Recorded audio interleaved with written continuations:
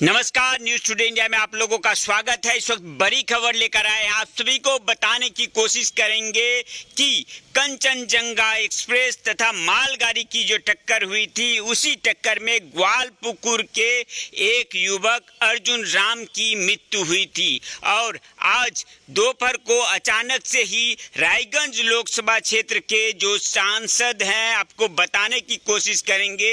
रायगंज लोकसभा क्षेत्र से भाजपा के जो जीते हुए सांसद हैं, अचानक से ही जो है आज दोपहर को ग्वालपुकुर के मृत युवक जो है अर्जुन राम, उसके परिवार से मिलने के लिए अचानक से ही जो है ग्वालपुकुर आ पहुंचे। और सांसद को जो है ग्वालपुकुर में देखकर उस इलाके के लोग जो है काफ़ी एक तरह से कह सकते हैं उत्साहित दिखाई दिए, क्योंकि आपको बताने की कोशिश करेंगे जो टक्कर हुई थी कंचनजंगा एक्सप्रेस तथा मालगाड़ी के बीच, उसमें ग्वालपुकुर के अर्जुन राम नामक एक युवक की मृत्यु हुई थी। और इस खबर को पाते ही जो है अचानक से आज दोपहर को जो है कार्तिक चंद्र पाल, जो भारतीय जनता पार्टी के सांसद हैं रायगंज लोकसभा क्षेत्र से, वह जो है अचानक से ही जो है पीड़ित परिवार से मिलने के लिए ग्वालपुकुर आ पहुंचे।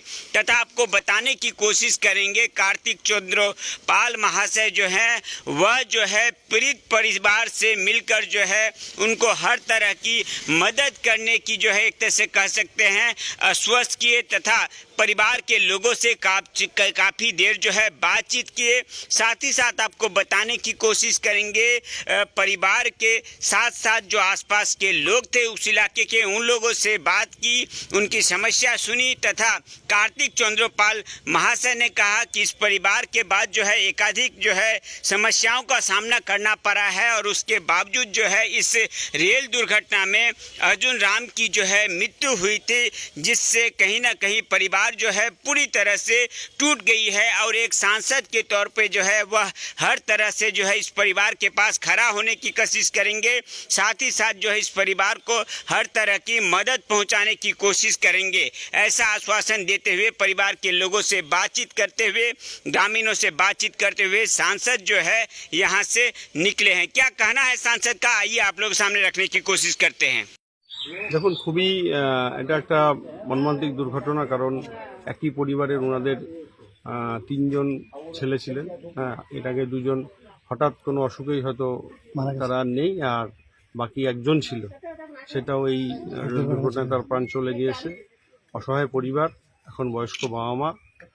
আমরা একদিকে যেমন ওনাদের পাশে থাকার আশ্বস্ত করলাম, ঠিক তার সাথে সরকারিভাবে যে আমাদের একটা ক্ষতিপূরণ দেওয়ার কথা হয়েছে সেটাও ওনারা অলরেডি পেয়েছেন, কিছুটা হয়তো আরও পাবেন, ব্যাংকের মাধ্যমে আসে। বাকি আমরাও এখানকার যারা এই পাড়ার লোকজন রয়েছে সবাই ওনাদের পাশে রয়েছে, আমরাও আসি।